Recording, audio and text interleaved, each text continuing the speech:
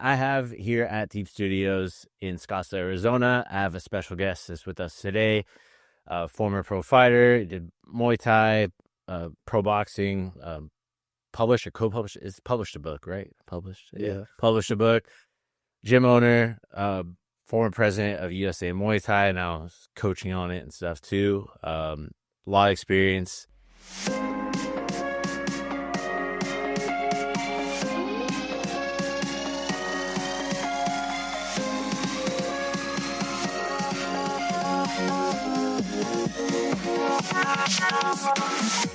Episode of the Pu'u Muay Thai Podcast is brought to you by pmtlifestyle.com. Authentic Muay Thai lifestyle by Pu'u. Definitely go check out the website at pmtlifestyle.com for some awesome lifestyle merchandise.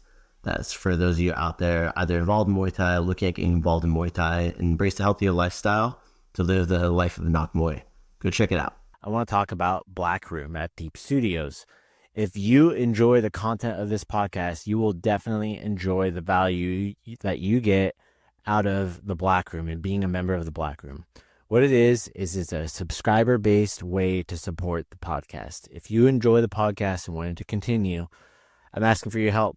And in exchange, you're going to get an underground view of Muay Thai, American Muay Thai, as well as within Thailand.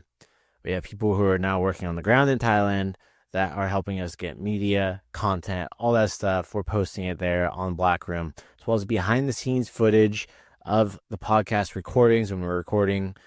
After I stop recording for stuff that we broadcast, we put some subscriber-based only content on there.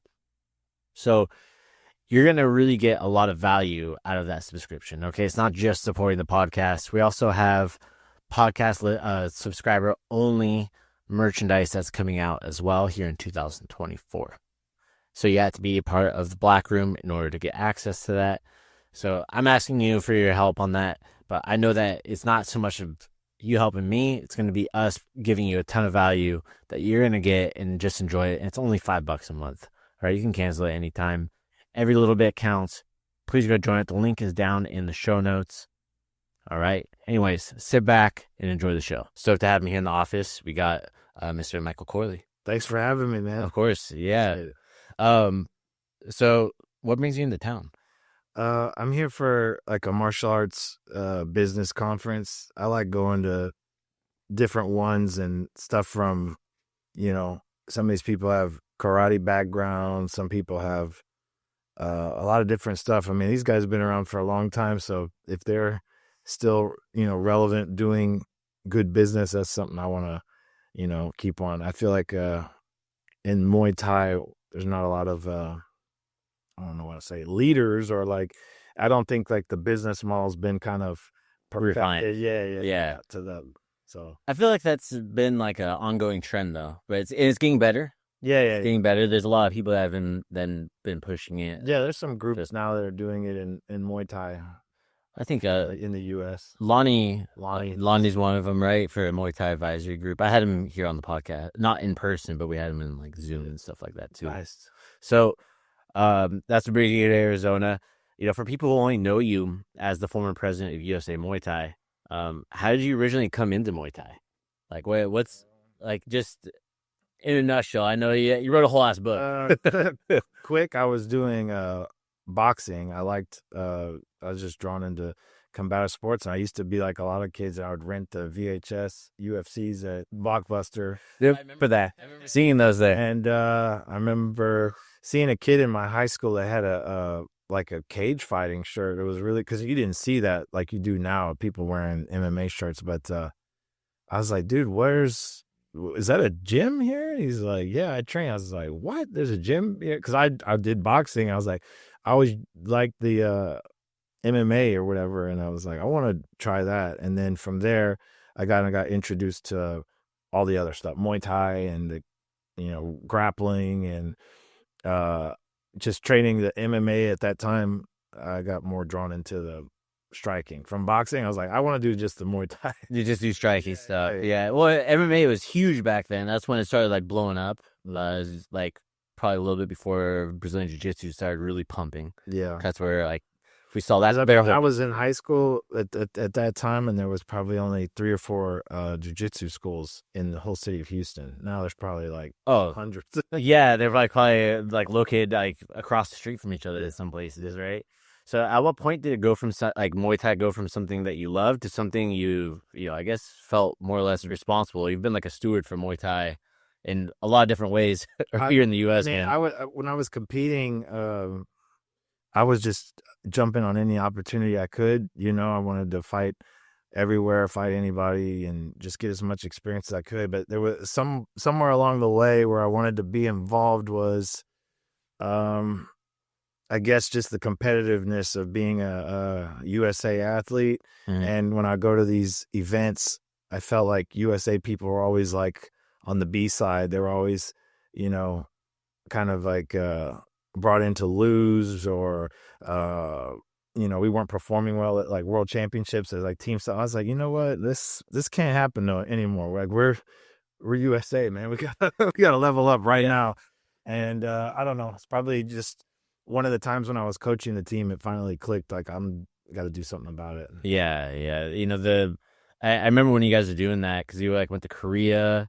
Mm-hmm. There's a lot of people that kind of went through that, and it was always the laughing stock. Like I've been to some of the the international tournaments, and it's always like, oh, like you see like the Dutch, the Germans, and they're kind of like laughing. Like everybody was laughing at us back in the day. And, now I think we're on a different level than some of those countries. Now we're ranked usually in the top 10 in youth and adult, but for we go into this later on, but for being a non-funded team, I think we're probably one of the best in the world. That's just and one day it'll get there. It just takes time. This is all kind of ground level. Yeah, I mean, we're talking about when I came on was 2016, so the amount of stuff we've gotten done since then is good. There's definitely some stuff we want to do more, but Well, when did you realize that leadership in like not just the fighting part would be your lane that you would have to pick? Because I think like you kind of like fell in your lap, right? Or did you kind of like say, hey, I want to do this? I'll be honest. I mean, there's a lot of people that say stuff. They want to do this. I want to do this, and I'll do this. And I was like, somebody should have done this already. Yeah. At that time, I felt like I'm kind of young to be stepping into it, doing that. Yeah. And shoot, I mean, I don't know, what was I, like 32 or something, I think. Yeah. When I became the president, and I have no experience in nonprofit leadership and all that kind of stuff, but I just knew that we needed to make Muay Thai better in America. And I had a lot of been working in Fairtex in Thailand, been around a lot of stuff. I knew what we could do. I just needed to bring in a lot of good people. I had a lot of connection with a lot of good people to bring on board right away. And I just knew that I guess the thing is that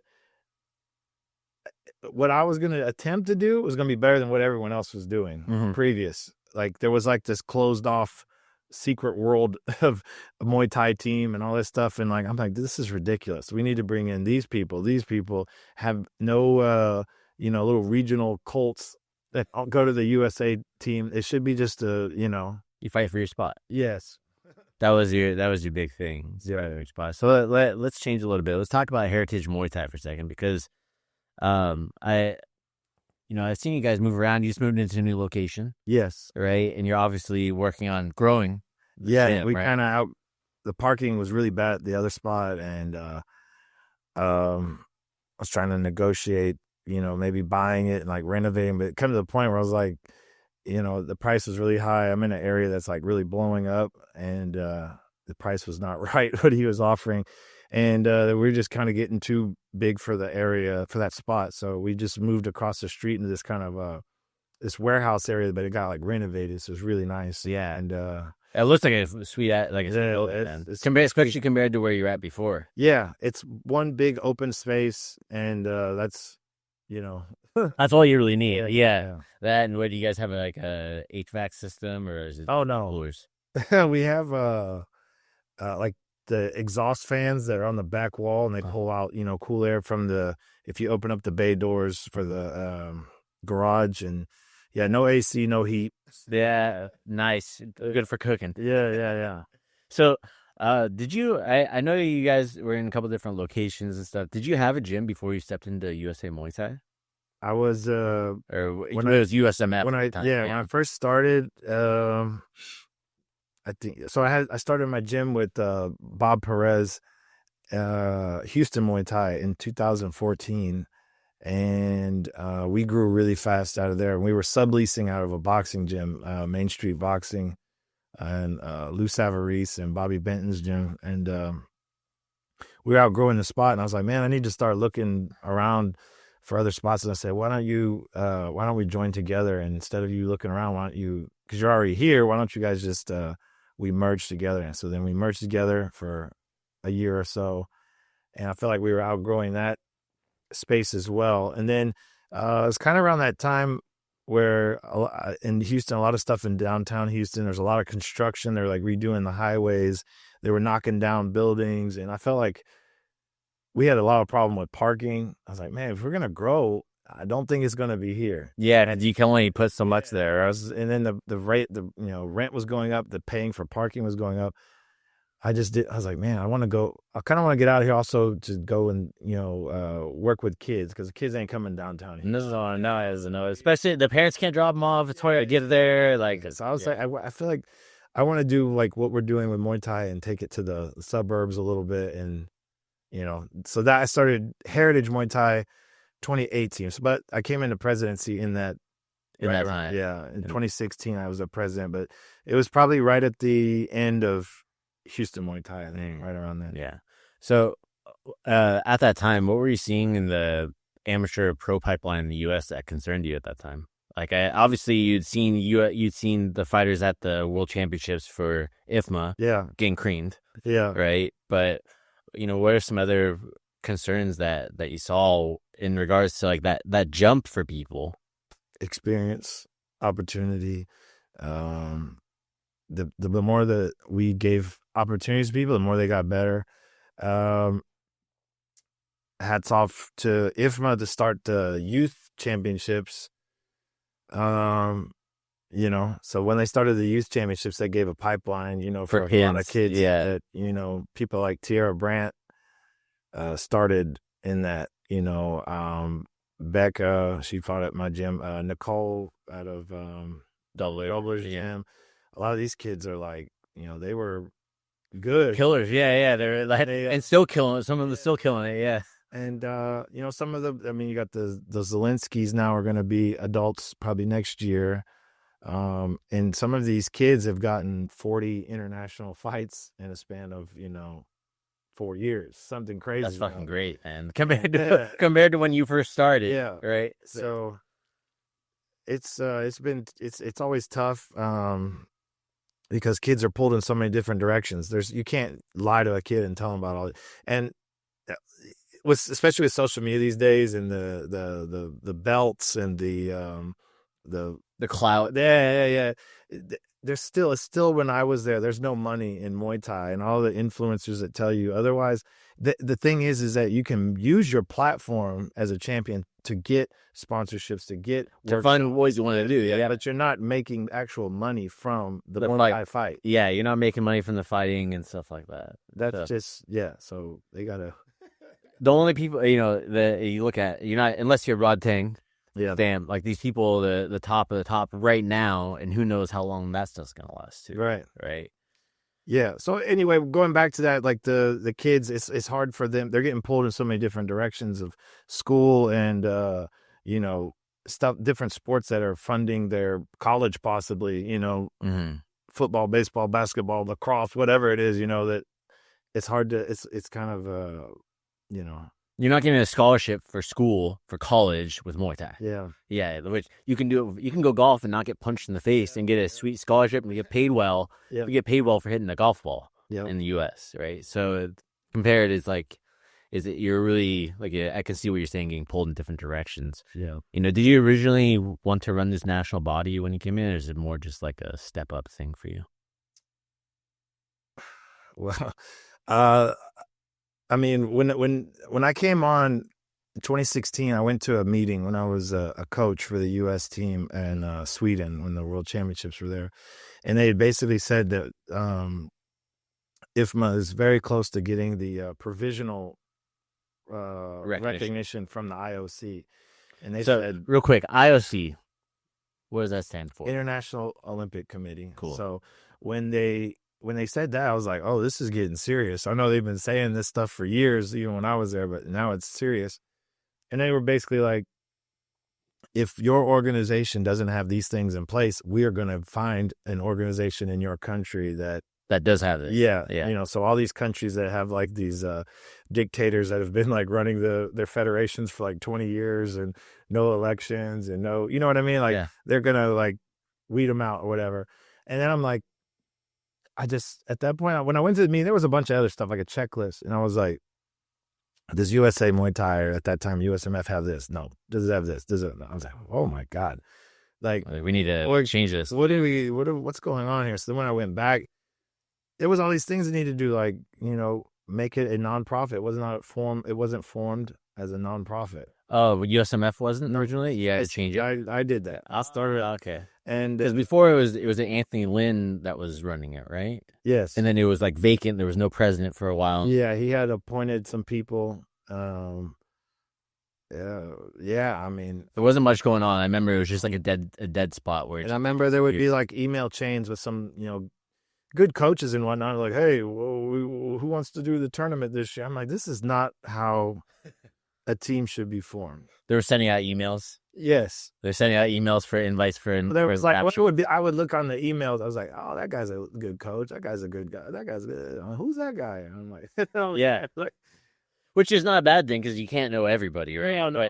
You want to have a platform for them so that way. It should be open. Yeah, and then there should be, and then, I mean, we ended up having to do that for the first few years of me being president. Was, you know, we had a selection committee from, you know, East Coast, West Coast, Midwest, all these different representatives, and people had to meet a criteria. After going to the World Championships so much, you know, there's a criteria, and it's like you're not going to be the exception to the rule with your, you know, 6-5 record of going over. The guy has 80 fights, you know, minimum. You're gonna go beat Superbond. Yeah, good luck, bro. They're literally, like Superbond. For those that don't know, these tournaments, even though as part of the structural thing that we deal with here in the U.S. is the designation of amateur and pro, and that line in between here legally with a lot of the boxing commissions and stuff. Yeah, the tournament is an amateur format. It's padded and everything because, you know, some of the divisions you may have like 6 fights in a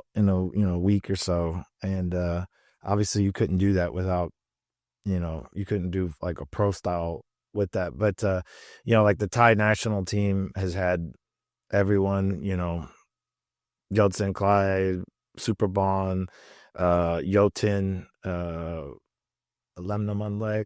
Yeah, you name it. Anybody that's like a star has probably been on the team before, and that's like just you could just show up and you end up fighting. Yeah, hey, guess who you're fighting today? You're fighting, you know, Pet Moricott. Shit, yeah. Like you're like, wait, the same one? Yeah, shit. Okay, but for anybody that's listening too that might not understand, or maybe they're new to the sport, I'll give you an American equivalent. You got, you know, Johnny Bag of Donuts from that just played high school basketball, and he's gonna go be playing against Michael Jordan. That's literally what it is, and you're like, oh shit, I'm gonna get fucking creamed. But you're getting hit, you're getting kicked, kneed, elbowed, punched. Yeah. So, going into, what were some of the non-negotiables, I guess, that were going into you know, USMF at the time, USA Muay Thai, besides training to nonprofit? What were some other non-negotiables for you? Do you remember?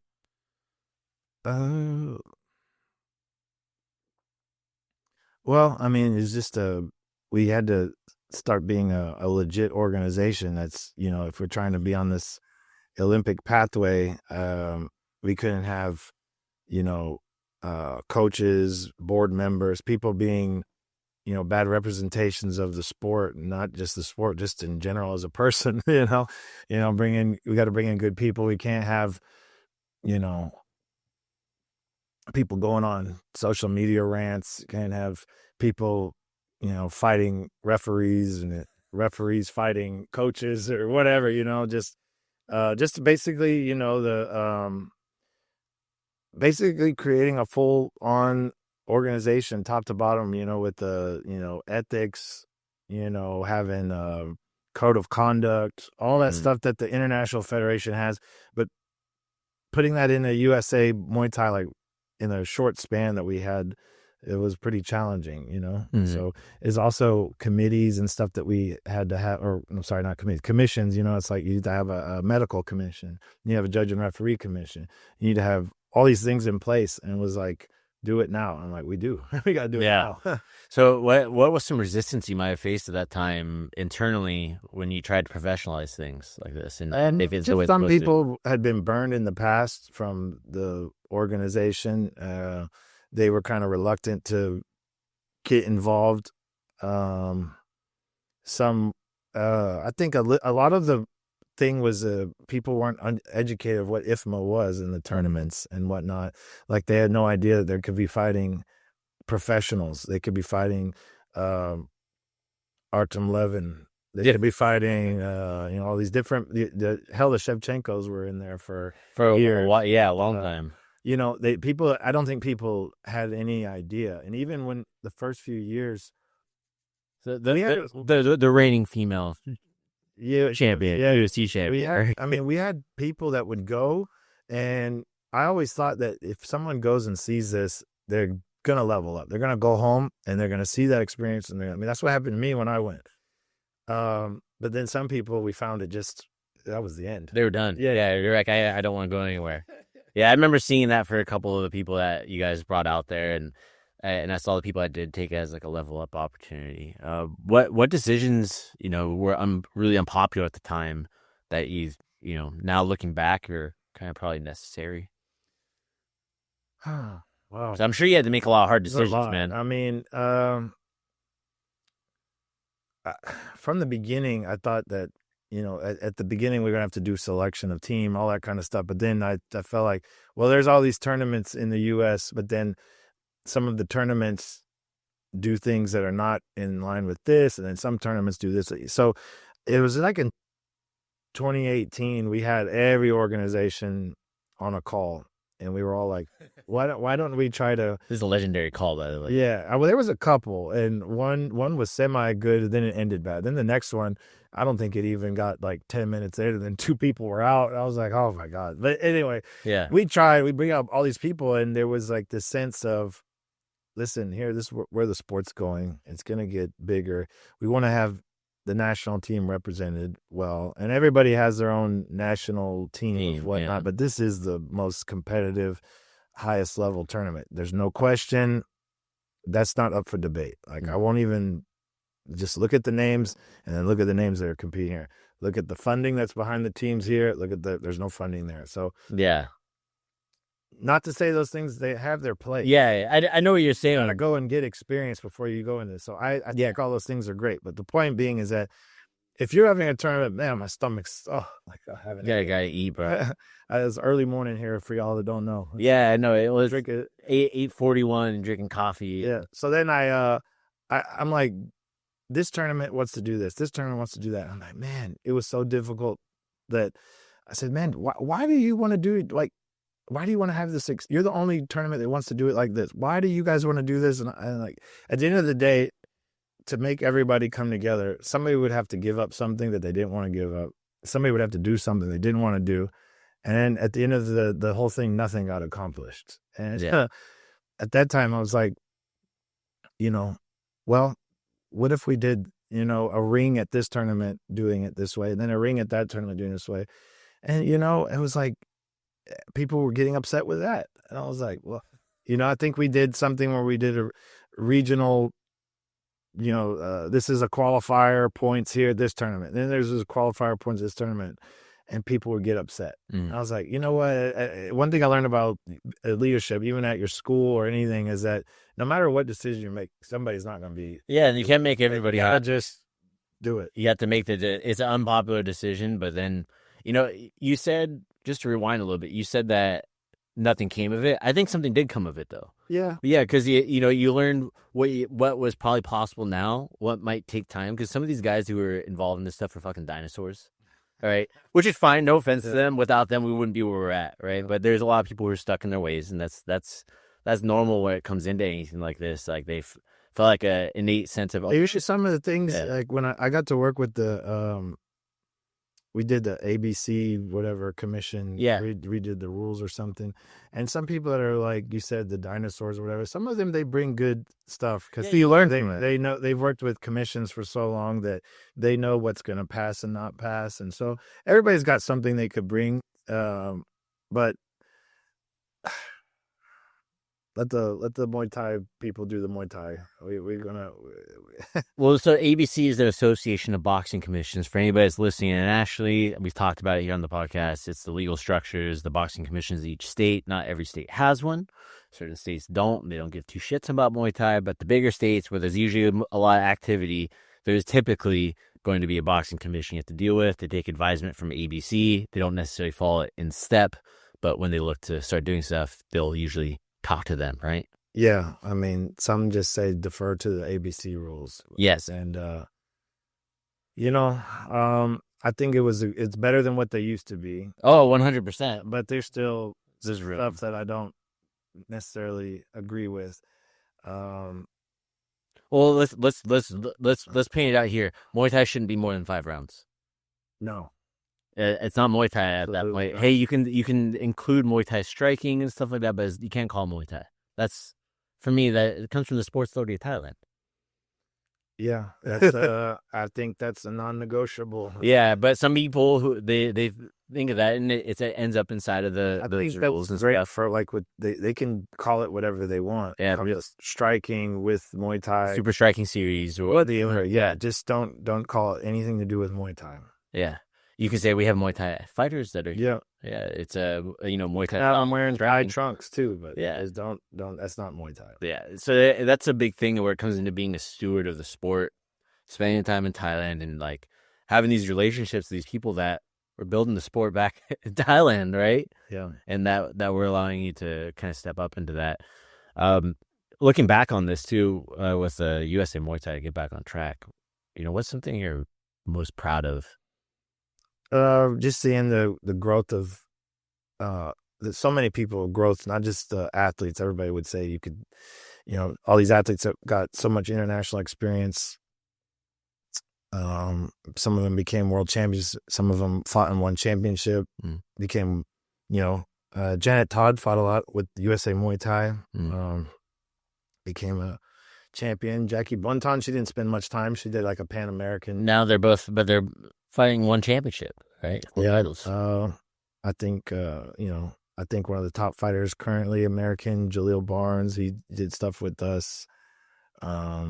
It's just good experience. It helps, and I love to see these guys flourish in what their goals are, to be professional champions, or just to win if not. Yeah, I mean, right? Aaron Ortiz. I think he's the most decorated adult male.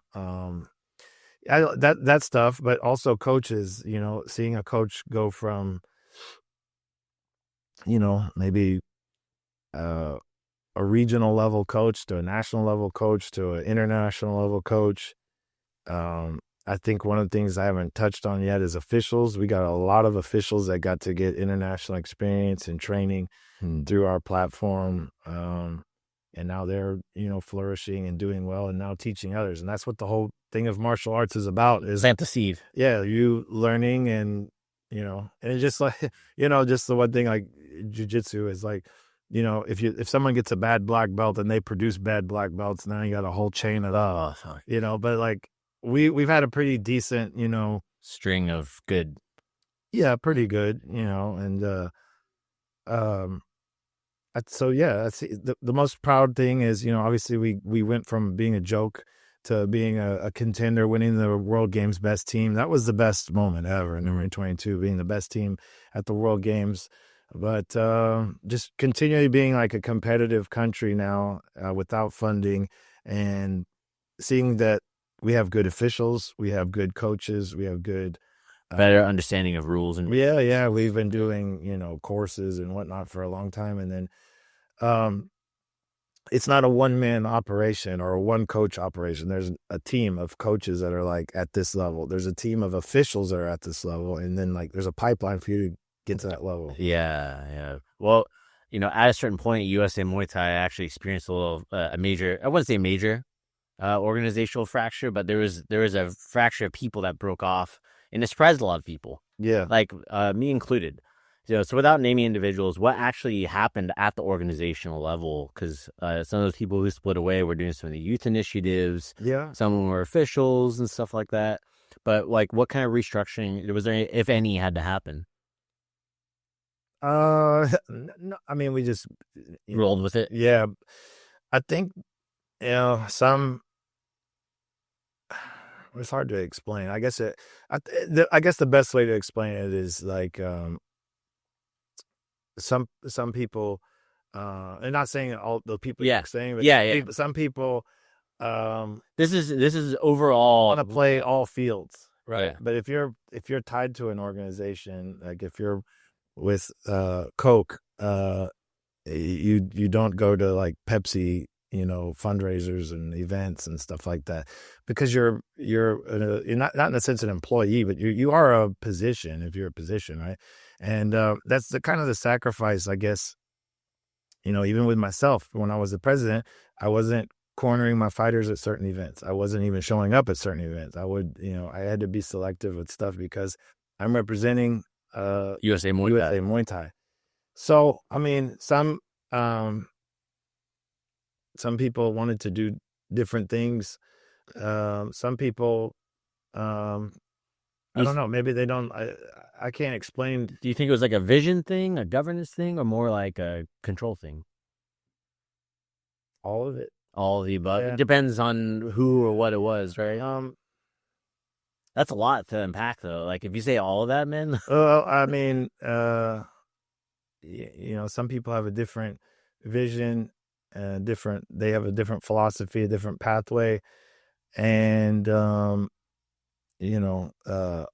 hierarchy and boards and code of conduct and all these different things. Some people are just like, no other organization's doing this. I could go, we could go do, Muay Thai is really the Wild West, in my opinion, still, that, a lot of organizations have presidents with no elections. There's no boards. There's no understanding of where the money's going. There's no, a lot of stuff like that. But yeah, and I'm on people's asses like this. You know that. Yeah. We say everyone review. He's looking at our 990s, our tax forms. Yeah. For anybody that doesn't know, the here in the U.S., if you're a nonprofit, you have to file taxes to maintain your nonprofit status, and you put all your financial disclosures of where the money goes, so you can see if people are getting paid. Yeah, I've seen a fat goose egg next to your name. Yeah, I don't get paid. I want to make that known. For the 9 years, I did not take any money. Right, look right there. You can tell it right to the camera. 9 years, I did not take any money. I do this for the sport, the growth, and I always felt that if we're not able to fund our teams, I don't need to be taking any salary or anything like that. So that's the way I felt. Looking back now, that a little split that happened, was that inevitable, you think? Or I mean, look at the history of Muay Thai organizations. They all, how many are there, right? Yeah, they've all splintered off. Look at all the Muay Thai gear companies. They've all like splintered off. King Pro. All these guys are like, amazing talent, man. So it's inevitable. Look at the associations in jiu-jitsu as well. These people splinter off all the time.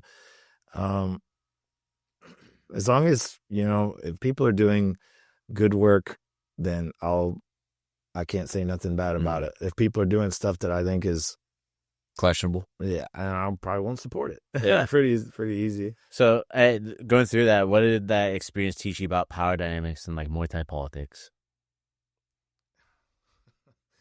Oh man, see, I haven't used any profanity. I've been. You can cuss, man. No, I don't want. Yeah. It's a lot. It's a lot of people that are, I guess, It's like, dude, it's like, I'm young, but I'm like, man, some of these people are older than me and they're still like clout chasing and trying to be on the camera all the time and all that stuff. And if you see me, I barely post, but if I do post, I want to put shine on USA Muay Thai, the athletes, the organization, the coaches, the volunteers, the helpers, whatever. The politics, man, it's always going to be politics. At the end of the day, that's what the great thing is about fighting. Fighting pretty much solves it. But if you're going to like block people, that's not good, right? Yeah. I mean, like,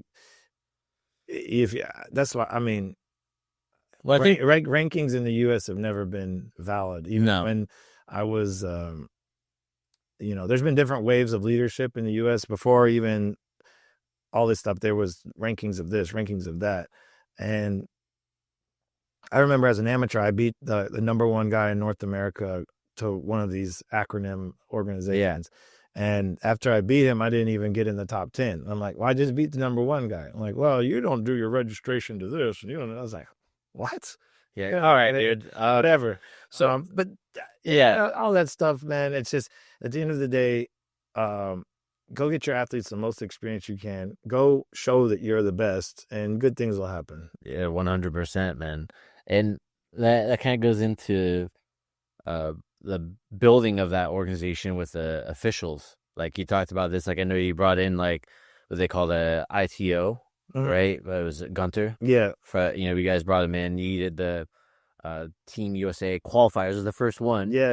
Right, which was great because that was one of those things I know that you were always talking about. Like you got to fight for your spot. That was the best tournament. That there was controversy. Yeah, there was excellent fights there matches that needed to happen that hadn't happened for a lot of reasons, like what we were talking about. Yeah, right. Or promoters just couldn't make it happen. And it was the first time where like a commission allowed a tournament like that too. Yeah. Amateurs and pros competing, amateurs beating pros, and just the highest level stuff, man. It was great. At highest level, at the highest level, because it's Mile High City, Denver, Colorado. We had a lot of officials from different things come together. We had Gunter there teaching. We had, like you said, there was some stuff where if something happens, we have him here to help us default to and help, clear up stuff for people. The fights were great. It kind of just catapulted the nationals. Yeah. In that year, because one of the things you talk about being most proud of, I guess, would be fully funding the World Games teams. And the World Games is every 4 years, for those of you that don't know. So we have our World Championships every year, but World Games you have to qualify for. And then in 2022, the host country, you get to have you get your slots. So however many Muay Thai slots there are, that's you're allocated those. So at the World Games qualifier, we were allocated these USA spots. So that's what made the tournament so cool, is we said, hey, we're fully funding the team, whoever makes the team.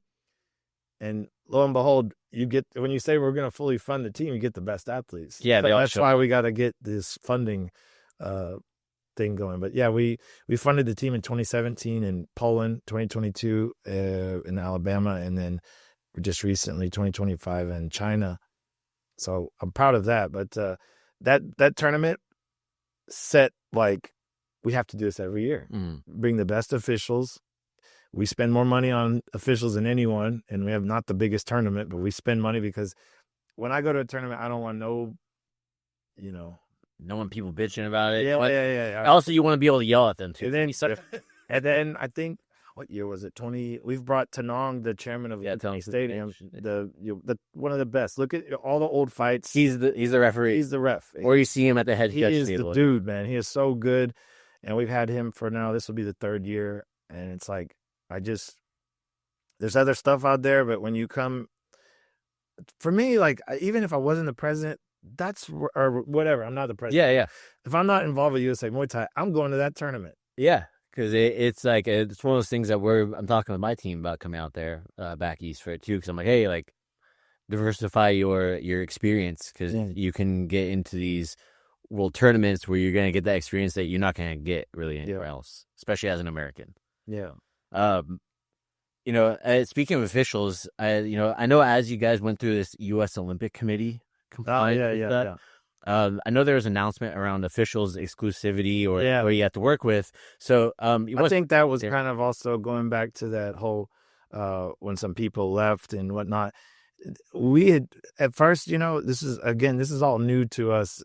We've gotten announcements that like, hey, we're trying to get into the United States Olympic Committee. Yeah. And then we're still navigating all the things that we needed to do to be in there. Yeah, to be recognized for them to give you that authority. And we basically had, made an announcement that, if you're an official that works in these events that, you might be, if you could, please give us notice that you're working in these events, right? Yeah. And I think it was we probably didn't announce it. I'm not going to say that I never made mistakes is a thing, but I think we probably didn't deliver that message as clear. It was mostly for people that were of position and people that were doing courses, right? Yeah. People that have like a title or a position or a certain... Was in your organization, yeah.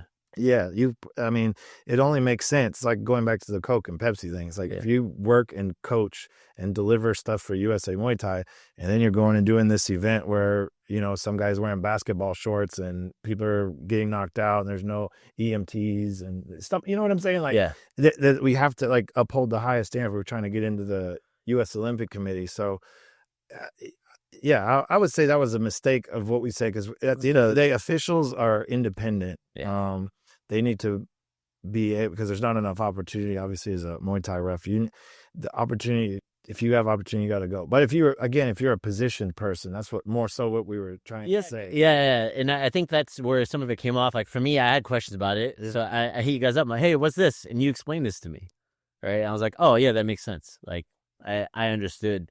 But I wanted to get that message out there because I don't think that message has ever actually been officially closed. So let's consider that loop closed for anybody out there on that. But for me personally, I wanted to close that loop because I talked to a lot of officials. And as far as, when there was like some people splintering off, I'd say in the last 2 or 3 years, most of the officials and everybody were all good. Mm-hmm. Everybody's come back and worked. At the end of the day, they know that I invest into the officials. I pay, we pay a lot and take care of them. We pay for the travel, put them in hotel, pay them their day fee, pay them food, pay them food, give them. Yeah. I mean, we take care of the officials at our tournaments. With you guys' events, you guys brought me out to like Indiana. Yeah. Like you guys treated me well. I mean, even though we had the disappointment burgers from when. Yeah. Okay. And then, but going back to that, it's like, that could open up a whole nother podcast if I want. But, when we sanction events and this is a national title, well, we don't get the local team to do it. It's a national title. We need representation from West Coast. We need East Coast. We need Midwest. We need the guys that are not partial to this, I mean, and we spent money on that. Yeah. You brought in officials from everywhere for a national tournament. And you probably lost money on it. Just nod the head and smile, Corley. Just nod the head and smile. So, 8 years is a long time to invest in something like that, man. Because you termed out, right? 9 years. Added a year because of COVID. Okay. Like the whole organization added on a year basically because of COVID. Or they stretched the elections with IFMA, so we just pushed ours, I think, as well. So what's harder, building something or letting it go and stepping to the side, let someone else take over? That's tough. Building was probably tough because I mean, I put on time, money. I missed a lot of people's weddings. I missed funerals, a lot of stuff. Yeah. Missed out on a lot of stuff. You have to think the IFMA stuff when I go to it is 2 weeks pretty much, and I went to 2 a year pretty much. Kids. Yeah, you're there for a month essentially. Yeah, and then I'm at different other tournaments too, Pan Am tournaments and all the different stuff going and doing. If we're sanctioning something or if we're doing a workshop for officials, and I'm doing all this out of my own. So it's a lot when you invest all that stuff and to finally see it close. It's, but I'll still be involved because wherever the best is, that's where I'm going to be. I love it, man. So With American Muay Thai, do you feel it's actually winning right now, or are we still lying to ourselves? I'm throwing all the questions at you. In the professional sense, no. We've made some strides. I have a thing. I think Damian Trainer posted something about it. He's kind of has the same take as I do. Is that now is the time for us to make a statement, because I think the level of Muay Thai has significantly dropped. My thing is also with COVID. I think a lot of gyms didn't recover, obviously, in Thailand. A lot of closed. A lot of them went back to the country and went into a lot. Now in Thailand also, there's a lot of different lines of work that people can make it aside from Muay Thai now. Yeah, they're becoming pretty economic. Yeah, even go if you've been to Thailand in the last 10 years, you'll see that there's the street food vendors are closing more. Like they're trying to tighten it up. Yeah, and all the gyms are modernized now. You don't have that like same feel when you used to go to Thailand, go to that rural tough. There are still out there, but I'm saying you see the guy limping with the hole in his shoe going on a run. But I just the depth. I mean, we don't have Lumpini titles anymore. No, we don't have Raja. We do have Raja, but it's different. It's different. Yeah, it's different. The Omnoy, the Channel 7, all the different stuff is not as big depth like it used to be. I could name you back in the day 10 people at 67 kg. I could name 63.5 kg. I could name all these guys, but now it's a few. It's like hey, 4 or 5. Yeah. But with that said, this is the time for people, but you got to go. So you got to go to Thailand if you're under this weight. You have to. That's just what it is. Well, with that, what's some advice you give to like somebody who's trying to do it right, like a gym owner? Well, if you're a gym owner, I would say keep your Muay Thai fighting stuff separate than from the general population. That would be my first. The analogy I use for that is, like you have the car shop. Yeah. And they work on the hot rod on the weekend. They fucking love the hot rod. The hot rod is a money sink. Yeah. They get a cool medal that they get to have and have a beer with the boys afterwards. Yeah. Right? But they work on cars every day. And they like working on cars. Yeah, I'm about, I want to teach Muay Thai, and I've seen all the benefits that it can do for people. But I don't want to teach Muay Thai the way I was taught, where you got, we're going to go run 5 miles and we're going to come back. Everybody's got their shirt off, sweating all over the place. Got like towels on the ground because it's so nasty and sweaty. No, and we have, my fighter training is different than the. Oh, yeah. But if I would say to a gym owner that wants to build people is to give them as much quality experience as they can. There's so much stuff out there now, so much mat Muay Thai. There's so many names, so many different ones, and you got to look at who's there, who's running it. Do you recognize any of the officials? Do you are you paying all this money and you're only sparring once or something? You know what I mean? Like, are you getting something from it? And the next level, maybe if it's a well managed like inner club or smoker, getting that. Then getting as much amateur experience as you can. You're gonna have to spend money. Every amateur sport, you spend money on. Traveling baseball teams. I was on a traveling baseball. It's not cheap. We spent a lot of money when I was a kid on that. Thank you, Mom and Dad. But all that stuff it costs money. So you got to take the kids. You got to take them to tournaments. All this stuff. And get as much experience as you can. At some point, when you become like an open class, A class, 20 plus fights, then you're going to start hitting stuff where it's more difficult. Mm-hmm.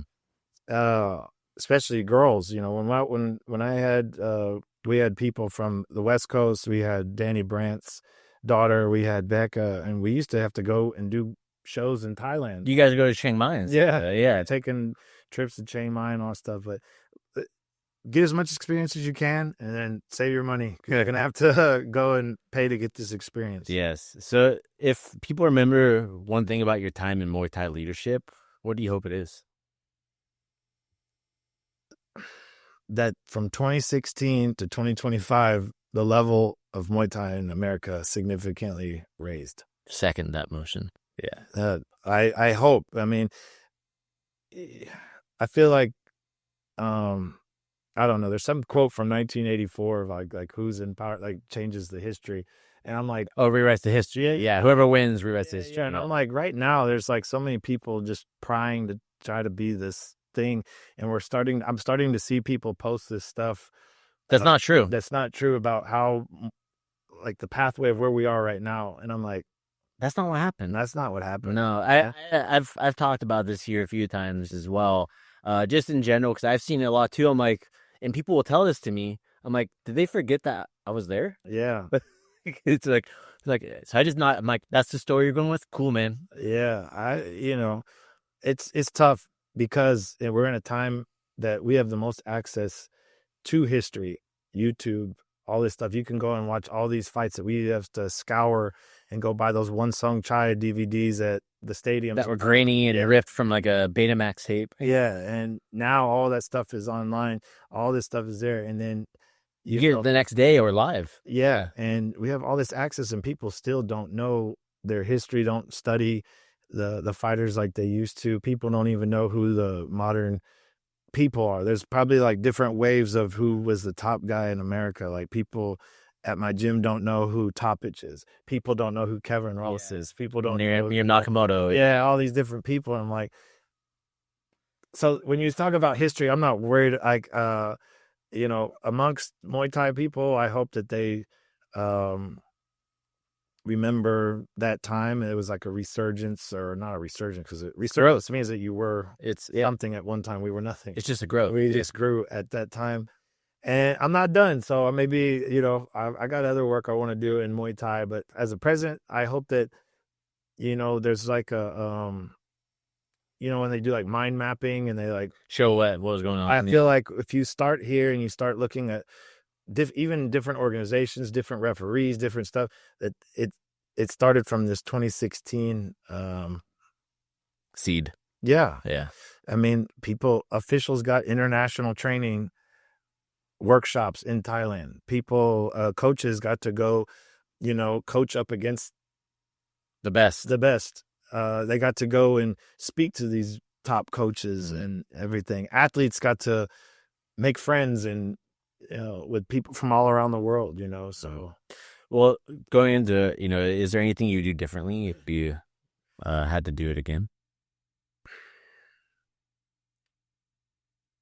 It takes time to learn, but if I could go in with what I have now, I would have started the qualifier earlier, doing them earlier. That's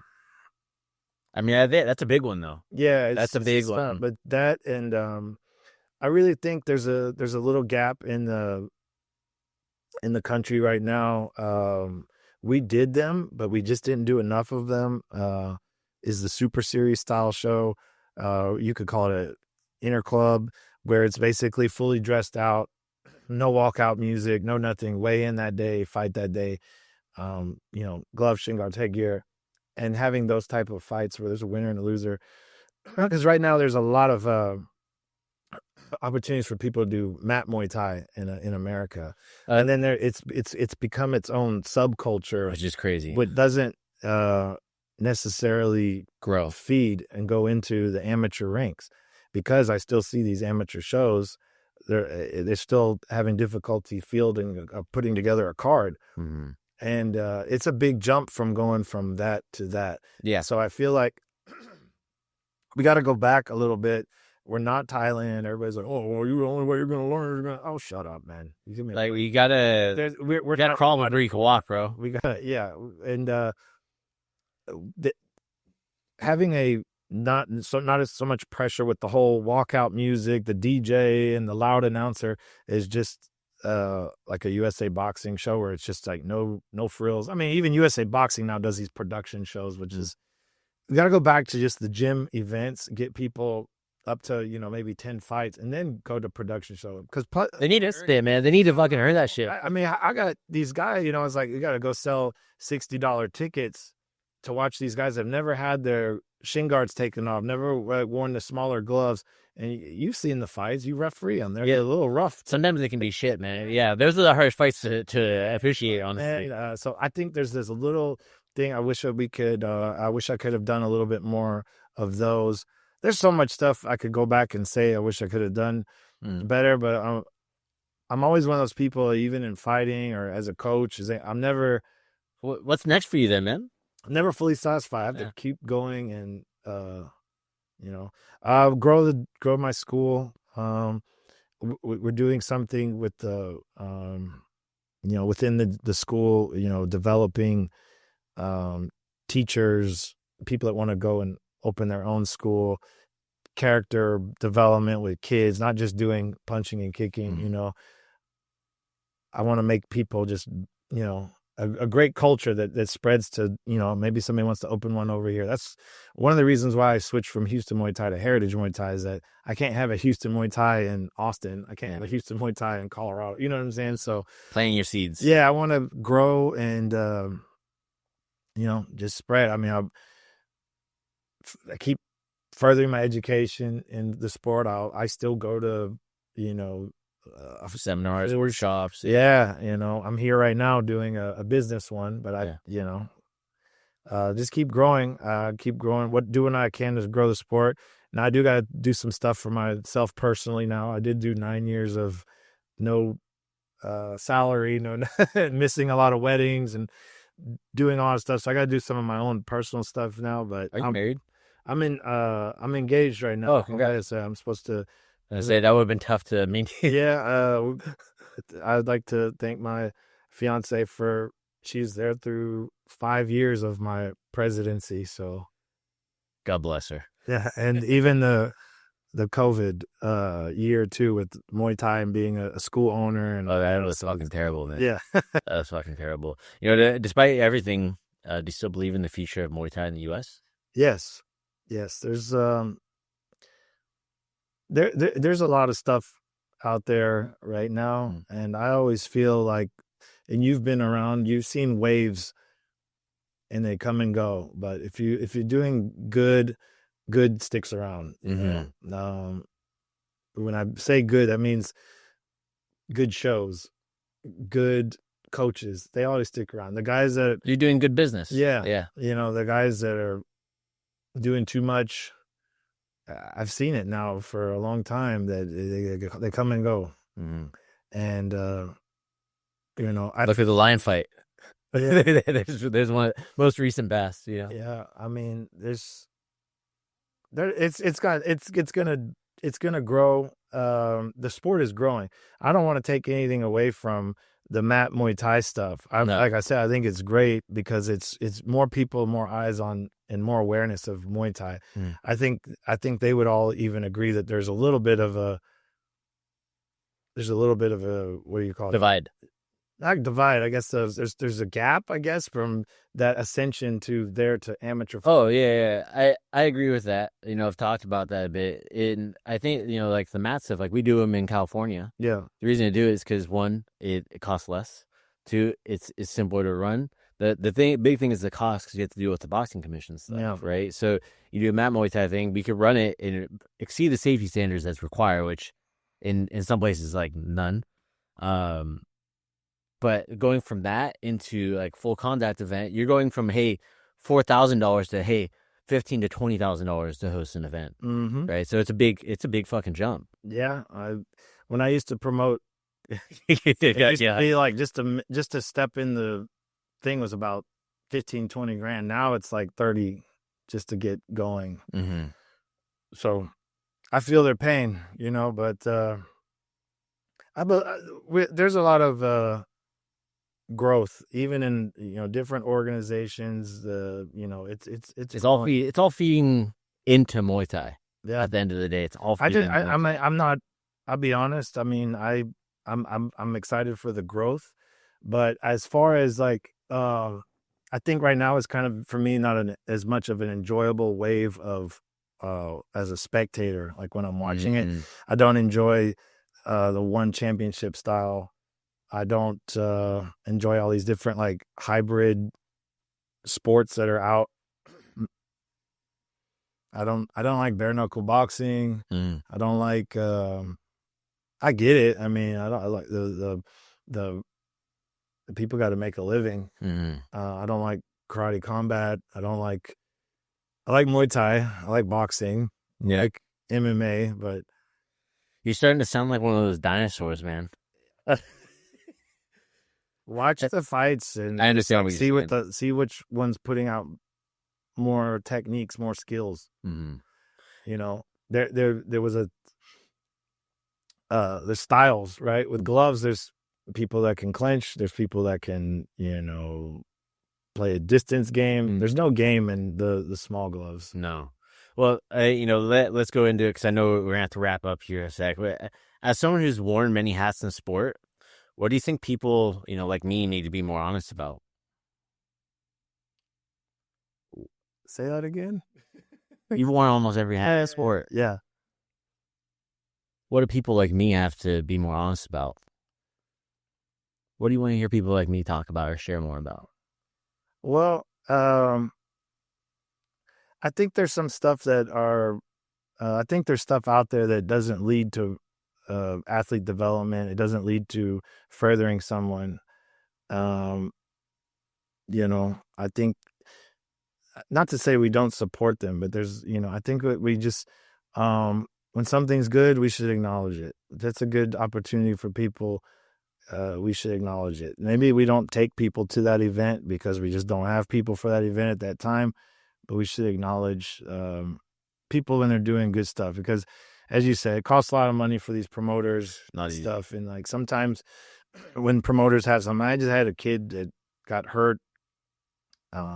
I had like 3 guys fighting at the national, so I didn't have anybody for like a local promoter, and I felt kind of bad because I'm like, I know he's putting up a lot of money for it, but I want to message them and tell them, hey, hey, sorry, couldn't have guys. We want to support the events, We'll come watch. Yeah.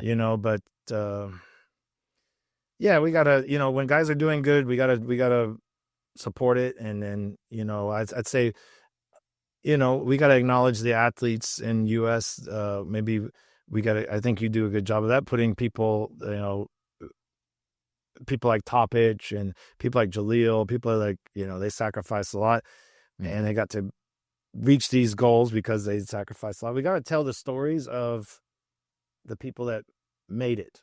Got it. You know what I'm saying? Yeah. No, I agree. I mean, I wrote my book as a thing to show that I didn't make it as a world champion. I didn't want to give away the end.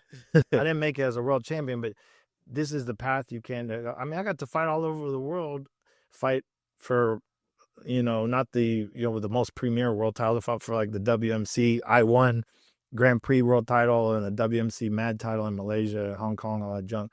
But I didn't make it, but I sacrificed and go do.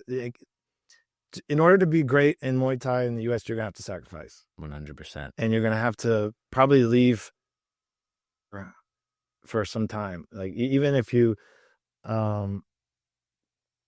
like, let's say like Brian Popejoy, he has his athletes, his stable that are great. It's like, but they still go to Thailand, for a couple of weeks before a fight and get acclimated. But the point being is that you're going to have to sacrifice time in this sport in order to do things. Yeah. And yeah. I don't want to say call out the bad actors, because you could have a podcast on calling out bad actors, because in combat sports, they're everywhere. The Dharma does it. But what we can do is just bring light to the good stuff. Don't bring light to the stuff that's. I just leave it. There's what we call influencer fraud. Yeah. Is that what we put on? There's all the fake people that lead people astray. They promise them Treasure Island when they get there. Yeah, man. Nothing there, man. No matter how many diagrams and cool things they make on social media, at the end of the day, work hard, get experience, sacrifice, and fucking enjoy it. Enjoy it. Go. That's the big one. Man, it's been great having you in here to talk about this stuff. How can people find you? How can they find Heritage Muay Thai? Well, Heritage Muay Thai, we're in Houston. If you're training at a school and, have your coach reach out to me. I've always enjoyed having people come by and train. I don't charge. How can they reach out to you? Through like the Heritage Muay Thai Instagram, and then USA Muay Thai. I'm still involved.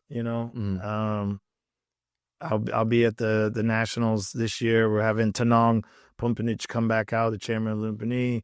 We're having another great stable of officials. JJ, Pete, all the guys that Michael Weber said to say what's up, by the way. Michael Weber. I think he'll be there too. Yeah, he will. Yeah. I was talking to him this morning. Yeah, a lot of great officials. A lot of good camaraderie. Building up the stuff. Yeah, I'm still going to be around. I'm obviously going to be working on my school a little bit more, but I'll be around. Sweet, man. Well, thank you everybody for tuning in. We'll see you in the next episode. Thank you. All right, that's going to be it for today. Thank you so much for tuning in today to the Pu'u Muay Thai Podcast.